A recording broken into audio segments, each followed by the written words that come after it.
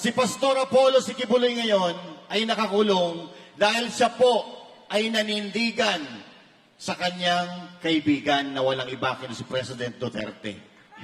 Hindi naman po lingid sa kaalaman ninyo na marami ang paninira na ibinabato kay Pastor Apollo Sikibuloy.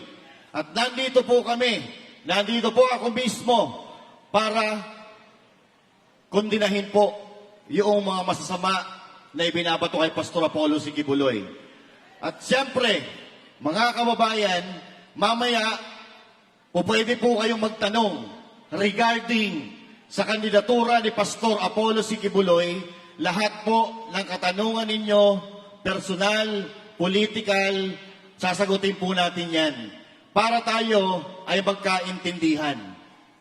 Si Pastor Apollo Sikibuloy po ay best friend ni Pangulong Duterte na pinakamagaling na presidente sa Pilipinas.